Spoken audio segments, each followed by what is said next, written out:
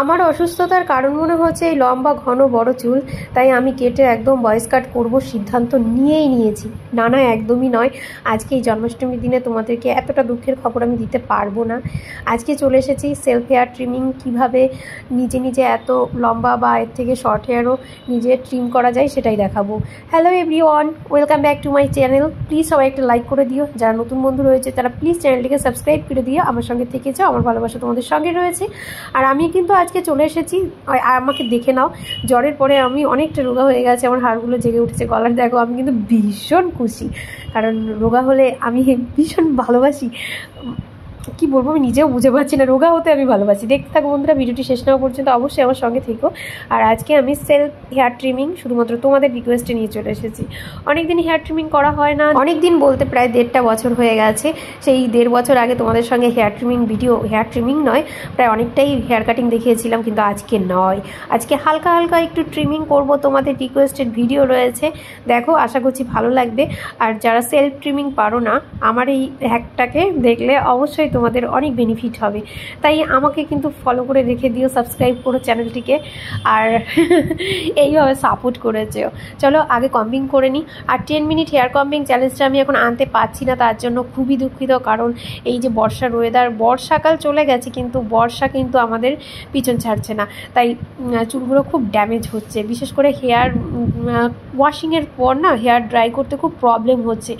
যদি বাতাসে জলীয় বাষ্পের পরিমাণ বেশি থাকে তাহলে কিন্তু ভেজা জিনিস শুকোতে খুব সমস্যা হয়, তখন এই চুলের গোড়াগুলো না খুব ঢিলা হয়ে যায়। সেই কারণে কিন্তু প্রচুর হেয়ার ফল হচ্ছে। তোমরা দেখতে পাবে একটু পরেই আমি সিথি করে নেব, সিথি করলেই তোমরা বুঝতে পারবে যে আমার কতটা হেয়ার ফল হয়েছে। সিথিটা অনেকটা ফাঁকা হয়ে গেছে। চলো, আর আমি এখনও দেখিয়ে দেবো যে একটুখানি কম্বিংয়ে বেশ কয়েকটা চুল আমার হাতে চলে আসবে। আর নিচে মেঝেতে তো প্রচুর ছড়িয়ে ছিটিয়ে আছে, একটু চুল খুললেই মানে আমি যে চুলের প্রতি না অতিষ্ঠ হয়ে পড়েছি। এত পরিমাণে মেঝেতে চুল, তারপর সাদা মেঝে চোখে পড়ছে বেশি, তার জন্য কিন্তু ভীষণ খারাপ লাগছে। চলো, এইভাবে দেখতে পাবে না, আমি একটু গুটিয়ে দেখিয়ে দিই। দেখো, তোমরা কারা কারা এখনও হেয়ার ফল প্রবলেমে ভুগছো অবশ্যই কিন্তু কমেন্ট সেকশনে জানিও। এর কোনো সলিউশন নেই, আর হেয়ার ফল হলে তবেই কিন্তু নিউ হেয়ার আমরা দেখতে পাবো। কারণ শুধু যদি হেয়ার ফল হতো তো আমরা অনেক দিন আগেই টাকলা হয়ে যেতাম। তাই ওই ভয়টা পেও না, হেয়ার ফল হতে থাকবে কিন্তু একটু ট্রিটমেন্ট চালাতে হবে। আর ট্রিটমেন্ট মানে কি, আমরা কিন্তু হেয়ার অয়েলিং করতে পারি। হেয়ার অয়েলিংটা একদম মাস্ট। যারা সারা বছর হেয়ার অয়েলিং করো না কিন্তু হেয়ার ফল প্রবলেমে ভুগলে তখন হেয়ার অয়েলিংটা করবে। যারা যে হেয়ারটাকে হেয়ারে অ্যাপ্লাই করো সেটা দিয়েই হেয়ার অয়েলিং করবে। আমি তো করি কোনটা তোমরা সবাই জানো, আমি আর বলছি না। চলো, এইভাবে হালকা হাতে একটু কম্বিং করে নিলাম। আমি এই বর্ষার ওয়েদারের জন্য, হেয়ার ফলিং প্রবলেমের জন্য হেয়ার কম্বিং দেখাতে পারছি না। 10 মিনিটস হেয়ার কম্বিংটা আমি শেয়ার করতে পারছি না তোমাদের রিকোয়েস্ট থাকা সত্ত্বেও। বন্ধুরা দাঁড়াও, আমি আসল ইনগ্রিডিয়েন্টসগুলো নিয়ে আসি। এই যে এইগুলো ছাড়া কিন্তু আমি হেয়ারটাকে কাটিং করতে বা হেয়ার ট্রিমিং করতে একদমই পারবো না, এদের সাহায্য ছাড়া একদমই সম্ভব নয়। চলো আমি একটু সিথি করে নেব। প্রচুর ফাঁকা হয়ে গেছে গো, এইভাবে সিথিটা ভালো হচ্ছে না মোবাইলে তাকিয়ে, তাই পাশের আয়নায় আমি একটু দেখে ভালো করে সিথি করে নিচ্ছি। চলো, এক ঝলক দেখলেই বুঝতে পারবে। এই দেখো কতটা ফাঁকা হয়ে গেছে, আর পেছন দিকে দেখেছো কত সরু। আমার হেয়ার পড়ে পড়ে পড়ে পড়ে মানে এমন হয়ে গেছে, তোমরা কে আমার হেয়ারটা নিতে চাও বলো। আমার ফলিং হেয়ার প্রচুর পরিমাণে হয়েছে, আর প্রায় 2 বছর ধরে জমিয়ে রেখেছি ফলিং হেয়ারগুলো। চলো, এটা দিয়ে আগে বেঁধে নেবো, পিছনটা ঘুরে নিই। এই যে এইভাবে সুন্দর করে একদম টাইট করে বাঁধতে হবে বন্ধুরা। আমি এখানে একটা ভুল করেছিলাম, সেই ভুলটাকে আমাকে শুধরে নেওয়ার জন্য দ্বিতীয় টাইম আবার বাঁধতে হবে। তাতে কিছু করার নেই, আমি ভেবেছিলাম এটাকে কেটে দেবো এই ক্লিপটা, তো ভাবলাম যে না, এইটা ক্লিপ শুধুমাত্র আমার ভুলের জন্য নয়, এটা একটা শিক্ষণীয় ব্যাপার যে এরকম একটা রাবার ব্যান্ড দিয়ে যদি আমরা হেয়ারটাকে বাঁধি তবে দেখা যাবে যে টাইট হয়েছে, বাট যখন আমরা এর পরের স্টেপগুলো ফলো করব তখন দেখা যায় যে না, চুলটাকে সত্যিই আমরা টাইট করে বাঁধতে পারিনি। দেখে মনে হচ্ছে টাইট, তাই না? বেশ ভালো লাগছে। আমি অনেকদিন পরে কিন্তু এরকম একটা পনি করলাম, দেখ বেশ সুন্দর লাগছে, অনেকদিন পর আমার খুব ভালো লাগছে। একটুখানি হালকা হাতে আমরা আঁচড়ে নেব, বেশি কিন্তু কম্বিং করা যাবে না, তবে কিন্তু চুলটা মানে বেরিয়ে আসবে, কোনোটা ছিঁড়ে যেতে পারে, ওলটপালট হয়ে যেতে পারে সাইডে নিয়ে। আমি এবার ফলো করব, দাঁড়াও তোমাদের দেখাচ্ছি। এবারও নয়, আমি এখনও বুঝতে পারছি না, দেখেছো কতটা মানে চুলগুলো কেমন হয়ে গেছে আর অনেকটা লিকলিকে হয়ে গেছে। কাটি না, এখনও কিন্তু আমার ওয়েটা ফলো করা হয়নি কাটিং করার। দাঁড়াও, কতগুলো গার্ডার নিয়েছি দেখেছো? এই গার্ডারগুলোকে সব আমাদের তো ইউজ করতে হবে। একটা একটা করে আমি এবার কিছুটা দূরে দূরে গার্ডারটাকে পেঁচিয়ে নেব। দেখো এইভাবে ঠিক সুন্দর করে সমান করে কিন্তু তোমরা সবাই পেঁচিয়ে নেবে।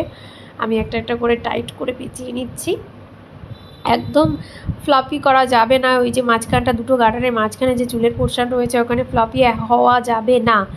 একদম সোজা টান টান করে সুন্দর করে এইভাবে গার্ডারটা দিয়ে নিতে হবে।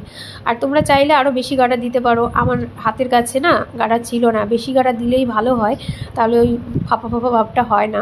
আমার একটু হয়েছে, তবু আমি খুব ধীরে সুস্থে সাবধানতার সহিত ট্রিমিং করেছি, যার জন্য কিন্তু কোনো প্রবলেম হয়নি। চুলের ডগাটা একদম মানে ভালোভাবে ট্রিমিং করতে পেরেছি। আর একটা গার্ডার আছে সেটা দিয়ে দিচ্ছি। আর তোমরা চাইলে এর মাঝে মাঝে আরও গার্ডার দিতে পারো না, ভালো হয় সত্যি, আরও গার্ডার দিলে খুবই ভালো হয়। আমার তো গার্ডার দিয়ে চুলটাকে এরকম সুন্দর করে বেঁধে নেওয়া হয়ে গেল। এই স্টাইলটা আমার খুব ভালো লাগে। আমি এইভাবে হেয়ার স্টাইল করে অনেকবার বাজারে গিয়েছি, কিন্তু এখন আর যাওয়া হয়ে ওঠে না। আমাকে আবার রাবার ব্যান্ড কিনতে হবে একটু কালারফুল, তাহলে দেখতে ভালো লাগে। দেখো হয়ে গেল আমার। যা, এই যে এই ভুলটা দেখেছো, পুরো বেঁকে গেছে। মানে একদম গোড়ার রাবার ব্যান্ডটা আরও টাইট হতে হবে।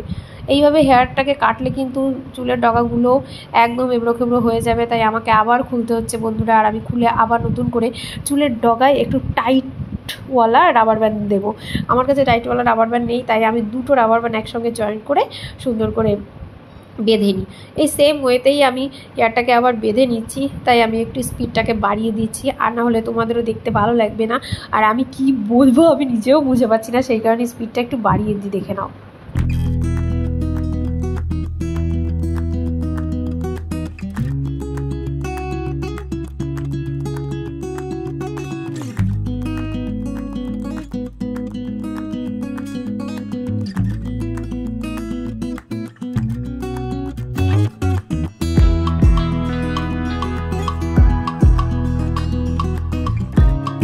হয়ে গেল। এইভাবে দেখো রাবার ব্যান্ড দিয়ে বেঁধে নেওয়া। আর আমি 3টে রাবার ব্যান্ড ইউজ করেছি, মানে মোট 4টে, গোড়ার দিকে 2টো রয়েছে। আর এই যে ডগাটাকে এইভাবে একটু আঁচড়ে নেব। বেশি টানা হেঁচড়া করলে কিন্তু সুন্দর হবে না। এইখান থেকে কাটবো, আগের বছর কেটেছিলাম, কিন্তু এবার কাটি খ্যাচাং খ্যাচাং করে কেটে দিই না। একদম নয়, অনেক মানে ব্যথা পাবো মনের মধ্যে। আগের বছর তো আবেগের বশে কেটেছিলাম, তারপর আমার কান্না মানে অশ্রুধারা বেয়ে চলেছিল আমার। তাই এবছর আর ভুল করব না, আবেগ টাবেগ দেখালে চলবে না। এখন সুন্দর করে বিবেক লাগিয়ে মাথা খাটিয়ে হেয়ারটাকে ট্রিমিং করে নেব। ঠিক এইভাবে দেখো টান টান করে তোমরা আঙুলের ভাঁজের মধ্যে নিয়ে নেবে, এইভাবে দুটো আঙুলের মাঝখানে, আর এইভাবে ধরবে। এই যে এইভাবে কাটলে খুব সুবিধা হয়। দাঁড়াও আর একটু কমিয়ে নিই, কারণ এতটাও কাটবো না, চুলের ডগা ট্রিমিং করতে অতটা না কাটলেই হয়। এইভাবে আমার কিন্তু বড় কাঁচি নেই, যার জন্য আমি এই ছোটো কাঁচি অ্যাপ্লাই করছি। সুন্দর করে কাটতে থাকি। দেখি সত্যি সত্যি চুলের ডগাগুলো কেমন একটা হয়ে গিয়েছিল। তোমরা না বললে কাটাই হতো না হয়তো, শুধু ভাবি কাটবো কাটবো, কিন্তু কাটা হয়ে ওঠে না। তোমরা বলায় আর তো তোমরা বন্ধুরা আমাকে অনেক হেল্প করো। দেখো এইভাবে কিন্তু কেটে নিলাম, সমান তো হয়েছে, কিন্তু অনেক ওয়েতে দেখবো একটু ডগাটাকে একটু অন্য দিকে সরিয়ে ঘুরিয়ে ভালোভাবে চেক করে নেব, যাতে সমান হয়েছে কিনা। এইভাবে বোঝা যায় না, এভাবে দেখছি তো হয়েছে, আবার 2-1টা ডগা কিন্তু 1-2 বেরিয়ে থাকে, ওই কারণে একটু একটু করে দেখছি আর একটু একটু করে ছেটে দিচ্ছি চুলের ডগাটা। এইভাবে যত ভালোভাবে তোমরা আঙুলের মাঝে ধরতে পারবে, তত সুন্দর করেই চুলের ডগাগুলো ট্রিমিং করা যাবে। আমি তো বারবার করে দেখছি যে একটু বড় ছোট থেকে গেছে নাকি কাত হয়ে গেছে, সেটাই দেখছিলাম। যেটা যেটা একটু বড় ছিল হালকা হালকা, সেগুলোকেও সুন্দর করে ট্রিম করে দিচ্ছি।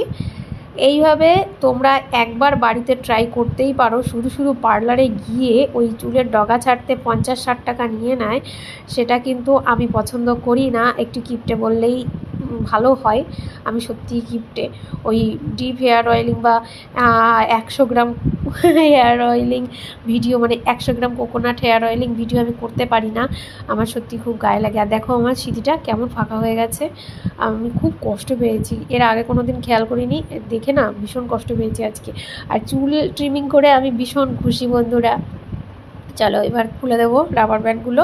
কেমন হয়েছে সেটা তোমরা দেখলেই বুঝে যাবে। রাবার ব্যান্ড থাকলে তো মনে হবে সত্যি যে ট্রিমিং করেছি, কিন্তু আসল খোলা চুলে কতটা বোঝা যায়। আর আমি মাঝখান দিয়ে সিঁথি করি না, তার জন্য কিন্তু মাঝখান দিয়ে সিঁথি করিনি। তোমরা কিন্তু যারা হেয়ার ট্রিমিং করবে, যারা মাঝখান দিয়ে সিঁথি করো, অবশ্যই কিন্তু মাঝখান দিয়ে সিঁথি করে নেবে। এই দেখো ট্রিমিং বোঝা যাচ্ছে তো? হ্যাঁ এই দেখো। আরেকটু ট্রিম করলে মনে হয় ভালো হতো। থাক, আমি 2 মাস পরে আবার ট্রিমিং করব, তখন ভালোই লাগবে। এরকম 2 মাস অন্তর বা 3 মাস, সব থেকে হায়েস্ট 3 মাস অন্তর হেয়ার ট্রিমিং করতেই হয়। একটু থাম্বনেল নিয়ে নিচ্ছি কিন্তু। চলো এবার এই গোড়ার গার্ডারটা খুলে দেবো। আর গোড়ার গার্ডার খুললে তখন মনে হবে যেন এ বাবা, ট্রিমিং কোথায় করেছে বুলি। বুলি কি আমাদের বোকা বানালো? এরকমভাবে কখনো ট্রিমিং হতেই পারে না। কিন্তু সত্যি বন্ধুরা, আমি কিন্তু অনেক দিন থেকে এইভাবেই হেয়ারটা ট্রিমিং করি, সেলফ হেয়ার ট্রিমিং। তোমাদের সঙ্গে আজকে শেয়ার করলাম সেলফ হেয়ার ট্রিমিং হ্যাকস।